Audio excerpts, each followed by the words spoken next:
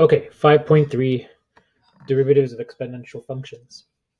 So recall from our last lesson, we looked at some exponential functions and we determined using the first principles definition of the derivative that the derivative, if we have a function f of x equals b of x, the derivative of that f prime x is equal to b of x, a little bit of mistake in this notation here, so b of x, or b to the power of x I should say, times the limit as h approaches 0 of b to the h minus 1 over h. Okay, so this is the result that we came up with last time. Okay, and we're gonna explore more about what this limit gives us for different bases of b. So here's a table down below here, and we're going to start with b equals 2. Let's look at b equals 2 and evaluate that limit. So I'm going to plug in 2 here for b, and we're going to evaluate that limit for various values of h. So if we said h was equal to 1, well, we'd have 2 to the power of 1 minus 1 over 1, and that would be 1 over 1, and that's equal to 1. Okay, and if you followed through the rest of this chart and plugging in 0.5, for example, into h, and you put that into your calculator, you're going to get the following values. So 0.828 for an h value of 0.5. For an h value of 0.1, you would get 0.718. And for an h value of 0.01, we would get 0.696. And for h value of 0.001, you would get 6.93. And for 0.0001, we would get also something close to 6.93. And we're just rounding to 3 decimal places here. Obviously, the calculator numbers are going to give you much more decimal places. And so again, what we're doing here is just taking that h value and we're plugging in for a base of 2. So the limit as h approaches of 0.0001 of my base 2 to the power of 0.0001 minus 1 over 0.0001. Okay, and then evaluating that limit, and the result we get is 0.693. Now it turns out if you do the same, if you do the calculation on your calculator and did this calculation, natural log of 2, and if we did natural logs in our last lesson, in the previous lesson, so if you did natural log of 2 on your calculator, you would also get a number that's exactly like this, 0.693. Well, so what can we take away from this? If we said, okay, if f of x is equal to 2 to the power of x, then the derivative f prime of x is equal to, again, following the definition we came up with using the first principles, it would be equal to 2 to the power of x times the limit as h approaches 0 of 2 to the h minus 1 over h. And that limit as h approaches 0, as close as possible to 0, gets as close as possible to this number, 0.693, which is the natural log of 2. So I can say the derivative f prime x is equal to 2 to the power of x times the natural log of 2. Okay, let's try this with another number. What if we made the base b equals 3? Okay, let's try it. So trying various values of h. So 3 to the power of 1 minus 1 over 1, we would get 2 over 1, which is equal to 2. If I tried 0.5, I would get, 3 to the power of 0.5 minus 1 over 0.5, I would get a number 1.464. And similarly, going down through this table, if I plugged in h equals 0.1, I would get 1.161. And 0.01, I would get 1.105. And for h equals 0.001, I would get 1.099. And for 0.0001, I would get 1.099 again. I'm just rounding, again, I'm rounding to 3 decimal places. But the idea is, what if I took the natural log of 3? natural log of 3. I would get pretty much the same number, 1.099. Okay, well, the natural log of 3 is what this limit evaluates to as you get to, as h approaches 0. Okay, so for the derivative, if f of x is equal to 3 to the power of x, then my derivative f prime x equals 3 to the power of x times that limit, which we evaluate to become a natural log of 3. Okay, and then looking back at what we did yesterday, Euler's number, if you plugged in Euler's number, um, so if Euler's number was my base, remember E, Euler's number is approximately 2.718. Okay, and if I plug that in to my limit with various values of h, well, e to the power of 1 minus 1 over 1 equals 1.718. If I plugged in 0.5, I would get 1.297. If I plugged in 1.1 for h, I get 1.052. And if I plugged in, again, continuing down the list, 0.01, I would get 1.005. 0.001, I would get 1.001. And then finally, as you can see the pattern here, I'm getting closer and closer and closer to 1. And really, when I do the natural log of e, we already established that that's equal to 1. Okay? And so when I take, if f of x is my exponential function, e to the x, and I want its derivative, the derivative is just the exponential function times that limit as h approaches 0 of e to the h minus 1 over h. But we established that this limit is just the natural log of e, which is equal to 1. And so therefore, my derivative is just e to the x. Okay, and so that was what we established in our last lesson, that the derivative of e to the x is e to the x, so just the function itself. And that's great if your base is Euler's number, 2.718. But if your base is any other number, what you're doing is you're just taking to take the derivative, you just rewrite your exponential function, but you have to multiply it by the natural log of the base. So 2 to the x times natural log of 2, or 3 to the x times natural log of 3, for that function. So just some examples of what we're calculating here. So again, back to this function, y equals e to the x. E to the x derivative y prime equals e to the x. If you followed my formula, it would be e to the x natural log of e, but then we usually just omit this one because that's equal to 1. And so I just say it's e to the x. Okay, so the derivative is y prime is equal to e to the x. For any other exponential function who has a different base, that's not the Euler's number, that's not e, you'd be calculating it like this. So y prime equals 6 to the x times the natural log of 6. And for this one, y equals 2 times 5 to the x. Well, my derivative would just be, I can take out the 2, so 2 times the derivative of 5 to the x, and the derivative of 5 to the x is just 5 to the x times the natural log of that base 5. Okay, and then so 2 plays no role into it, it's just the constant in front. Okay, and so that's my y prime. Okay, let's try and answer another typical question that we normally see. Determine the equation of the tangent line to the graph. And now the graph is of f of x. The function that we're using is an exponential function. And we're asked to find the equation of the tangent line at x equals 3. And so just before we go any further, we can just find the y coordinate at x equals 3. So f of 3 is equal to 2 to the power of x, so 2 to the power of 3. And that's just 2 times 2 times 2, which is 8. So we have a coordinate of 3 and 8. Okay, so what about our derivative? F prime x equals 2 to the x times the natural log of 2. Okay, just take the base and write the natural log. Okay, and that's my derivative. Now I need the slope of my tangent line. So again, like before, like we've always done, take the derivative, evaluate it at 3. So f prime of 3 equals 2 to the power of 3 times the natural log of 2. And if I simplify that, 2 to the power of 3 is just 8. And I'll just say 8 natural log of 2. Okay, and this is an exact form.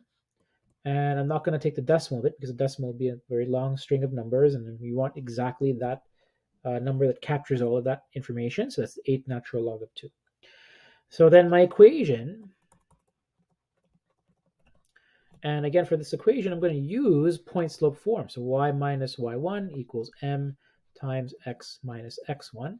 Okay, and so we start off with y, take away the y value in our coordinate 8 here, and that equals to my slope, which we calculate from our derivative, 8 natural log of 2 times x minus the x coordinate 3, and there we go. Okay, and then if you want to, you don't have to, but you can always rearrange things so that I would say here 8 natural log of 2 times x minus 3 times 8 is 24. 24 natural log of 2, and then if I bring the 8 over, it's plus 8 over there. Okay. All right. So that's an example of finding the equation of the tangent. What about another one? So what if we did one where, so this one here we had a base of 2. What if we had a base of e? And we can do that too. Okay, so here x is natural log of 3. That's the x coordinate. Okay, so it's not a nice integer. It's the natural log of 3. So that's going to be, of course, some decimal. And we're going to need the corresponding y value. So the function evaluated at the natural log of 3 is equal to 2 times e to the power of natural log of 3. Okay. And the nice thing about this is that, well, e raised to its natural log is just like, the natural log is the inverse of e, so it's just like canceling each other out. So it's just going to be really 2 times 3 itself. Okay.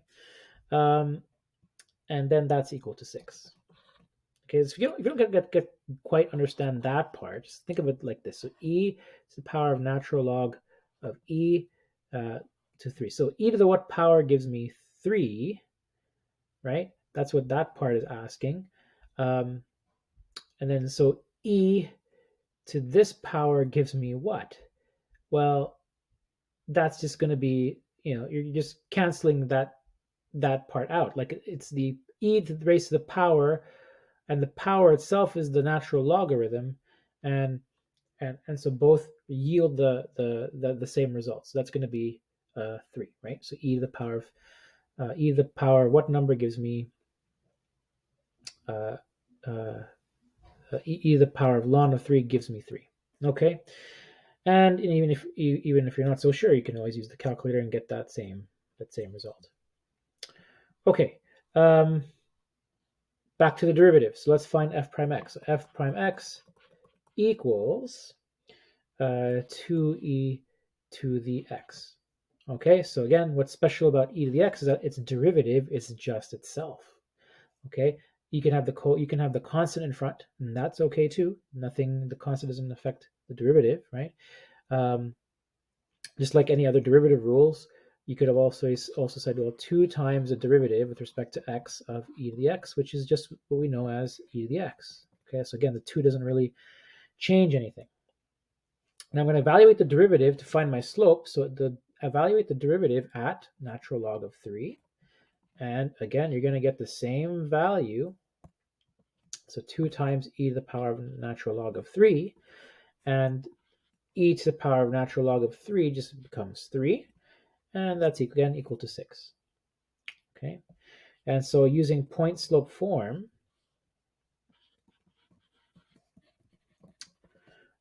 so here you go, y minus y1 equals m times x minus x1. We get my equation. So y minus 6 equals my slope, which we said was 6, times x minus the x value natural log of 3. Okay. And so we're good for that one. Now, what if we had the other differentiation rules? So definitely everything else we've learned up until this point, chain rule, product rule, quotient rule, comes into play here. So what if we had y equals e to the, not x power of x, but some function f of x? Well, you would have to take its derivative. So my derivative, y prime, would equal to, e doesn't change, right? E is still going to be Euler's number raised to the power of its exponent, f of x, but you still have to multiply by the derivative of f of x, so f prime x. Okay, so this is again chain rule. And the same rule applies when you had trig functions as well. Okay. Yeah, so actually we already wrote it there. All right. And what about the other one? What if we had y equals b to the x, not Euler's number, but the base, any other base? Similarly, the derivative would be, b to the power of, oh, I should say f of x, not x. So b to the power of f of x. So what if your exponent is a function? So I would have b to the power of f of x times, you still have to take the natural log of the base, okay? And then you still have to multiply by the derivative of your exponents, f prime x. Again, chain rule. Okay, so let's apply this to a couple of examples. So differentiating, here's a function, y equals x times e to the x. And so in this particular case, we have a function. I'm going to use a highlighter here. So let's use a function for x. X is yellow, and in blue I have e to the x. Two separate functions, a linear function and an exponential.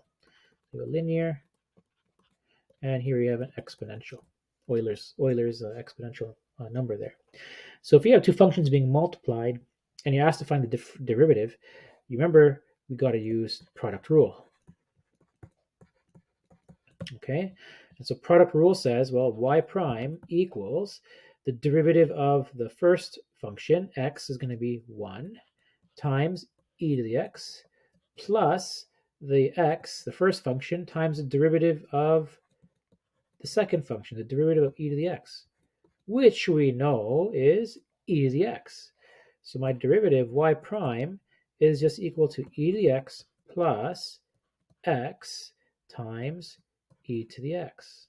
Okay, so this is just bring this down here, that down there. Yeah, e to the x is still, yeah, e to the x. So there's my derivative. You could also factor out an e to the x at the ends. E to the x, 1 plus x. That's a possibility, especially if we're going to be looking for solving for any zeros. That might help. Okay, let's look at another one. Y equals e to the 2x plus 1. So this is just like saying y is equal to e to the power of some function, 2x plus 1. That's a function, f of x. Okay, so we can take the derivative using the chain rule. So my derivative y prime, again, would be repeat the exponential. That's one of the rules. Part of the derivative of e to the power is equal to the same thing, so e to the power of 2x plus 1. But don't forget to multiply by the derivative of the exponent there. 2x plus 1, the derivative of that is just 2. Okay, and then rearrange it, I can just say 2 times e to the power of 2x plus 1. Okay, let's look at another example, a word problem. Okay, the population of a particular insect in a park triples every week. Assume it continues to increase at this rate. Initially, there are 100 insects. Okay, how many insects are present after 4 weeks? So here's a population problem. You may remember using exponential functions for this in grade 11. So that would be something that could be modeled by a times b to the power of x, right? And you may recall a being something like your initial value of your population, and b would be your growth or decay rate. So growth slash decay rate. And so population problems are often modeled by an exponential function, so that's exactly what we're using here. Okay, and so x in this case, we're going to define that to be the number of weeks. Okay, because we're asked how many insects are present after 4 weeks, and we're told that the rate of increase is triples every week, and that's probably the more important part that determines x. Okay, so my population of insects, let's call it P of x, is going to equal the initial population, 100. And if we're going to be tripling them every week, we're going to multiply it by 3 raised to the power of x, where x is the number of weeks. So after 1 week, it's going to be 3 to the power of 1, which is 300. Okay, after 2 weeks, 3 to the power of 2, which is 9 times 100, which is 900. And then so on and so on and so on. So after 4 weeks, we could do the same thing. After 4 weeks, 100 times 3 to the power of 4. And if we calculate that, we would have 8,100 insects. So quite a huge population just after 4 weeks. All right. How long will it take the population to reach? Let's make a big number here. Let's make a big number, 100,000, for example. Okay, 100,000. So I want to use some logarithms here. Okay, so if my population is going to be 100,000 equals, and my formula is 100 times 3 to the power of x. And let's see, how can we solve for x? Maybe back in grade 11, you would be guessing and checking values of x, but here we can use some logarithms to help us. Okay, so I could, first of all, maybe I could divide both sides by 100. So I can cancel this 100 and be left with 3 to the power of x. Okay, so 100,000 divided by 100 is just 1,000, and that's equal to 3 to the power of x. Now, if I want to solve for x, I could take the logarithm of both sides, okay? And we have a natural logarithm, so why don't we use that? So I could take the natural logarithm of 1,000 of both sides, natural logarithm of 3 to the power of x, okay? And if you recall, one of our rules was that we could take the exponent inside the logarithm and bring it to the front. So I could express this as a natural log of 1,000 equals x comes to the front, and then natural log of 3. That way, this can be evaluated on the calculator. We know this can be evaluated on the calculator. And to solve for x, we just bring this one over. So x is going to be equal to the natural log of 1,000 divided by the natural log of 3. Now, if you remember advanced functions, you're doing this there, you might have done this using log with base 10. Okay, and that would be okay too. But we do have natural logs in the calculator, so let's use natural logs. And if I plug this into the calculator, natural log of 1,000 over natural log of 3, I'll get an answer. It's approximately 6.29 weeks until we reach a population of 100,000 insects. Okay, but where's the calculus in all this? Well, part C asks how fast is the number of insects increasing? How fast? We're looking for a rate of change, which means you need a derivative. Okay, so let's calculate the derivative. P prime of x would equal, let's just remind ourselves, P of x is equal to 100 times 3 to the x. So P prime of x, the 100 is just a constant, so we don't have to touch that. So 100 is 100 times 3 to the x. And remember, it's just the function itself, 3 to the x, times the natural log of its base, so natural log of 3. That's my derivative. Okay.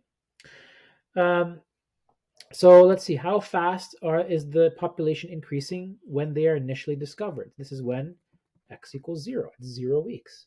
So for part 1, P prime of 0 equals 100 times 3 to the power of 0 times ln of 3. And yeah, make sure you don't make the mistake here. 3 of 0 is 1, okay, not 0. So my answer is going to be 100 times natural log of 3 insects per week. Okay, and then the second part of the question is, well, what about at the end of 4 weeks? What's the rate of change? So like we know the population after 4 weeks is 8,100, but how fast is the population growing now after 4 weeks? So I need the derivative of that. So P prime of 4 equals 100 times 3 to the power of 4 times the natural log of 3. So I'm just plugging in 4 into my derivative. And if you calculate that, it will be 8,100 times the natural log of 3 insects per week. Okay, and then we can compare, yeah, in the beginning it was growing at this rate, and now after 4 weeks, the rate of increase has changed by a factor of 81, right? 81 times. So really, really fast growth. Whoa, okay. Example number 7, what if we were looking for some critical points? Okay, and I'm just gonna change the example. Okay, we already know, familiar with x e to the x. Let's try x e to the power of x. Okay, that's a function we already did, right? So x times e to the x. We did that. We did the derivative with using product rules. Remember, for critical points, we need the y prime, first derivative, to help me find critical points. Okay, so we calculated y prime in the previous example, and we said, okay, that was e to the x plus x times e to the x using the product rule. And I think I did factor out an e to the x. So e to the x, and then that's 1 plus x, and there's my first derivative. Now, if we wanted some critical points, okay, I need to set, again, remember how we do this? Set y prime equal to 0. And so we have 0 equals e to the x times 1 plus x. Now here's why I didn't do e to the x as my example, because, e to the x, what does that graph look like? We already did it the other day. It looks something like this. E to the x doesn't touch the x-axis. It never equals 0. So I'm going to say here, it never equals 0. So if it never equals 0, I can never find a critical point from there. However, 1 plus x, I do have a critical point over here. That says if x plus 1 equals 0, then x must equal to negative 1. So there's my critical point. Okay, and so just for the just for sake of looking at what's the y coordinate of that point, well, I could plug it into my equation here. Y equals negative 1 times e to the negative 1. And well, I can sort of simplify that using the negative exponent rule by saying negative 1 over e. Okay, and that could be graphed, right? So if I'm looking at, again, critical points, there's my critical point, x equals negative 1. What if I extend the question just a little bit further and I ask, well, what's the interval of increase and decrease? Right? I could we always ask that, right? So I could go make my interval chart. I could say, okay, negative 1. I'm looking at what's happening when x is less than negative 1, and what's happening when x is greater than negative 1, and then calculate some test points, right? I could try, well, what happens if I do f prime of negative 2, for example? Well, f prime of negative 2, if I put a negative 2 there, that's going to be a still positive number. No matter what, e to the power of something is going to be a positive number. But for this part, I'm going to have a negative number. So the result of a positive times a negative is going to be a negative number. Okay, so that's going to be decreasing for f of x. And what if I look at the right side, x greater than negative 1? I could try f of 0. Okay, f of 0 says, well, e to the power of 0 is still 1. 1 plus 0 is 1. So it's a positive times a positive. That will give me a positive answer. And so that's an increasing function, f of x. So what we do have here is, if I'm going from decreasing to increasing, what I do have here is a minimum at x equals negative 1. Okay. And so exactly what you see here on this graph, at negative 1, we have a minimum. We have a graph that goes from decreasing y value. Oh, and then on the other side of my minimum, it's an increasing y value. Okay, and that coordinate right there is negative 1 and negative 1 over e. Okay, and that is my last example. So we covered, again, what did we cover? Let's just talk about derivative again one more time. So if you have y equals e to the x, the derivative y prime is equal to e to the x. Okay, what if my y was e to the power of some function of x? Then my derivative would be e to the power of f of x times the derivative of f of x, so f prime. Okay, so chain rule. And also one more thing, y equals, let's say, a function of any other base, b raised to the power of x. We've established that the derivative of that is b to the power of x times the natural log of that base. And again, if we had a function instead of x, so b to the power of f of x, then the derivative y prime is equal to b to the power of f of x times the ln of the base, natural log of the base, times the derivative of f of x, which is f prime. Okay, so that's a quick summary. You do have to know these formulas. Okay, they're not that hard. Just follow the chain rule, and you should be okay. And so what else did we review in this unit or this lesson? So again, we looked at the development of where did that natural log come from through this table, and we did some examples of those derivatives. We determined the equation of a tangent line using an exponential function. We determined another equation of a tangent line using Euler's number, and we looked at applying other rules, such as the product rule and the chain rule, and we did an application problem where we looked at a growing population. So, and the critical points. Don't forget critical points. We could do more curve sketching if we wanted to, but at least know how to find critical points, max, mins, now using exponential functions. Okay, and so that's the lesson. Now on to some practice.